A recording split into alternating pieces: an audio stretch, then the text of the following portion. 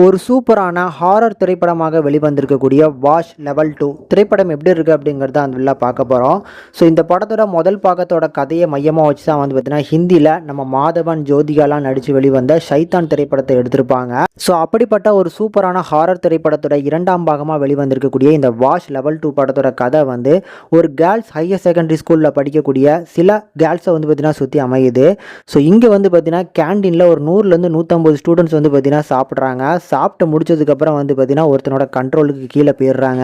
அப்படி கண்ட்ரோலில் இருக்கக்கூடிய 150 குழந்தைங்களில் முதல்ல ஒரு 10 குழந்தைங்களை வந்து பார்த்தீங்கன்னா மாடியிலேருந்து கீழே விழ வச்சு ஸோ அதை நியூஸ் மீடியாலாம் வந்து பார்த்தீங்கன்னா சென்சேஷன் நியூஸாக பரவணும் அப்படிங்கிறதுக்காக பண்ணுறான். அது முடிஞ்சதோடனே அந்த நியூஸ் மீடியாலாம் வந்ததுக்கப்புறம் ஒரு 40 ஸ்டூடெண்ட்ஸ் வந்து பார்த்தீங்கன்னா வெறி பிடிச்ச மாதிரி ரோட்டுக்கு அனுப்பிவிட்டு ஸோ வர்ற போகிறவங்க எல்லாத்தையுமே வந்து பார்த்தீங்கன்னா அவங்க கொலை பண்ணுறதுக்கு ஆர்டர் கொடுக்குறான்.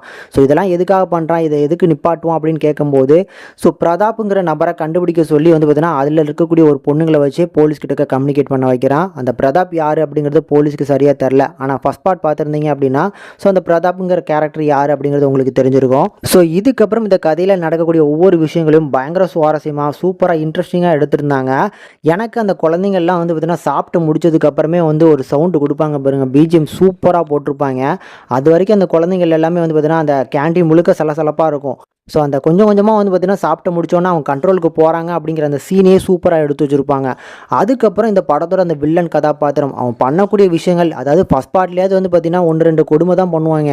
இந்த படத்தில் எக்கச்சக்கமான வந்து பார்த்தீங்கன்னா பொண்ணுங்க இருக்காங்களா, ஸோ அவங்கள வச்சு அவன் பண்ணக்கூடிய ஒவ்வொரு போர்ஷன்ஸுமே ரொம்ப ராவாக இருக்கும். ஸோ இப்படி பயங்கர பவர்ஃபுல்லாக இருக்கக்கூடியவனை எப்படி தான் கிளைமேக்ஸில் கண்ட்ரோல் பண்ண போகிறாங்க அப்படிங்கிறதுக்கு ஏற்ற மாதிரி ஒரு சூப்பரான கிளைமேக்ஸுமே போட்டு முடிச்சிருப்பாங்க. எனக்கு இந்த படம் ரொம்ப பிடிச்சிருந்ததுங்க.